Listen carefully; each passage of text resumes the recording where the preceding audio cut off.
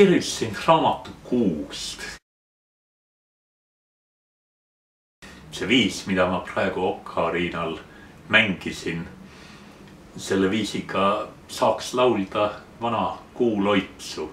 Kuukene, kullakene, armas haodehekene, võta minnu hindale, saas mu kiha kinmäes, jahumat jaksas. Ta lauldi Võrumaal, Urvaste kandis.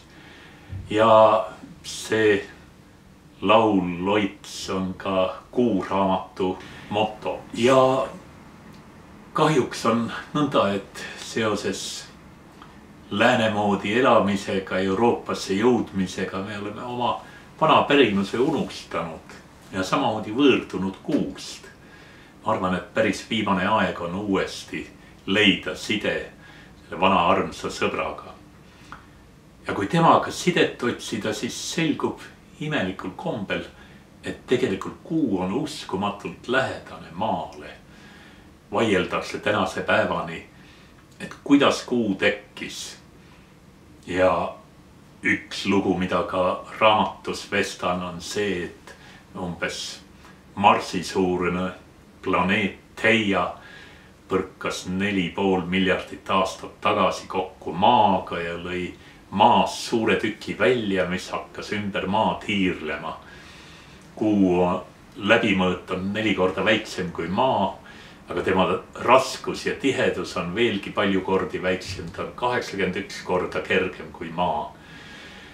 Aga komistuseks selle ilusa planeediga kokkupõrke loo juures on see, et Kuu pinnas ja pinnase proovid, mis maa peale on toodud, näitavad, et Kuu on täpselt samasugust materjalist tehtud nagu maagi.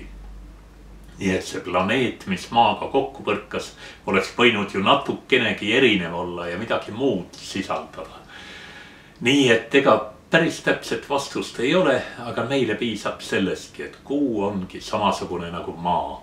See, mis meist igaühe ihus on, see on ka Kuu sees.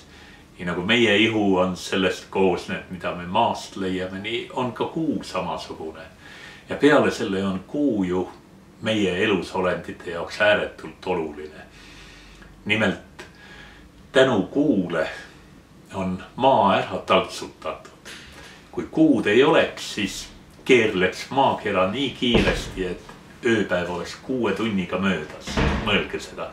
3 tundi päeva, 3 tundi ööd, valmis. Aga tänu sellele, et Kuu pidurdab maa hoogu, siis keerlebki maa niimoodi mõnusalt 24 tundi, sellega saab siis üks ööpäev mööda. Ja muidugi on seal veel teisi asju. Tänu sellele, et niisugune armas Kuu meil olemas on maakera telg viltu kaldunud, pöörlemistelg. Ja samamoodi on ka Kuu pöörlemistelg viltu kaldunud. Tundub vahel, nagu oleks tegemist armastaja paariga, kus on pead omavahel kokku pannud. Ja nõnda kurameerides keerlevad üksteise ümber. Aga mida see kurameerimine annab? See annab seda, et maa peal vahelduvad aastaajad. Kui maakera telg oleks täpselt risti päikse ümber tiirlemise tasandiga, siis olekski niimoodi, et lihtsalt ekvaatoril oleks hirmus palav, poolusel oleks hirmus külm ja ei mingeid aastaaegu. Aga tänu aastaaegade vaheldumisele on võimalik pidevalt iga aasta vigade parandust teha. Kõik elusorganismid, kellega midagi viltu läheb, need surevad talveks välja. Ja kevadel on uutel jälle ruumi ja võimalust uuesti kasvada. Täpselt samuti on ju Kuu süüdi omad külgetõmbejõuga selles, et meil on tõusud ja mõõnad. Ja seegi teeb seda sama.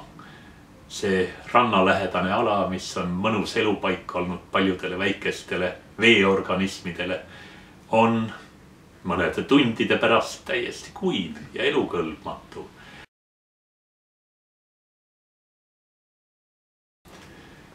Kuust on väga palju ilusaid laule tehtud ja ma oma lühikese jutu tahaksingi lõpetada Maria Underi luuletusega Hingede aeg. 3. luuletus selle pealkirja all lõpeb sõnadega. Kuulda Kuu kummalist sammu, pilve nõtkuval sillal. Kõik on ju ime.